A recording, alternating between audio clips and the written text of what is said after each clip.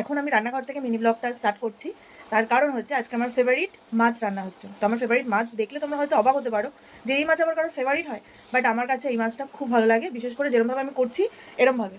এর মধ্যে কিছু কিছু ইনগ্রিডিয়েন্টস নেই, সেগুলো দিলে আরও বেশি ভালো হতো। তো চলো দেখাই তোমাদের। দেখো, এই মাছটা আমার এতটা পরিমাণে ভালো লাগে না, মানে এইভাবেই, মানে যেটাকে বলে লোটে মাছের ঝুড়ো যেটাকে বলে, তো এটা তো এখন জল জলে আছে, মশলা এখনো কষবে, মাছটা নরম, মানে মাছটা সিদ্ধ হবে, তারপরে হচ্ছে তোমার এখানে হচ্ছে আমি একটু আলুও দিই, তাহলে ঝুড়োটা কি বলতো, যারা একটু আলু ভালোবাসে না, যাদের একটু আলুটার প্রতি একটা আলাদাই দুর্বলতা আছে, তো তাদের কাছে বেশিরভাগ জিনিসের মধ্যেই আলু দেওয়া হয়। তো সেরকমই হচ্ছে আমি মাছের মধ্যে অনেকে আছে আলু দেয় না, বাট আমি হচ্ছে আলু দিই, ঠিক আছে।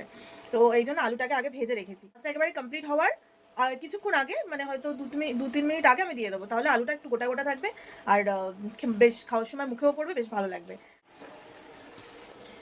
আর এখানে ইন্ডাকশানে বসিয়েছি হচ্ছে চকোর জন্য দুধ গরম বসিয়েছি, চকোকে খেতে দেবো দুধ, আর মুসলি খেতে দেবো, নাহলে দুধ বিস্কিট যা হোক খেতে দিতে পারি।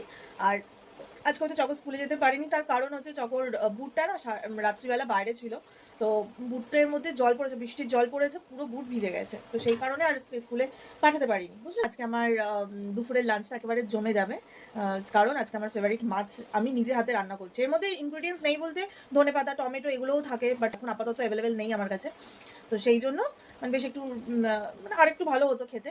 তো ঠিক আছে, এটা দিয়েই কাজ হয়ে যাবে, কোনো চাপ নেই। তো চলো আমি ঝটপট করে রান্না করে নিই, তারপর ফাইনাল লুকটা তোমাদেরকে দেখিয়ে তারপর মিনি ব্লগটা শেষ করছি। দেখো, এটা হচ্ছে আমার লোটে মাছের ফাইনাল লুক। দেখেই মনে হচ্ছে কম করে তুলে খেয়ে নিই।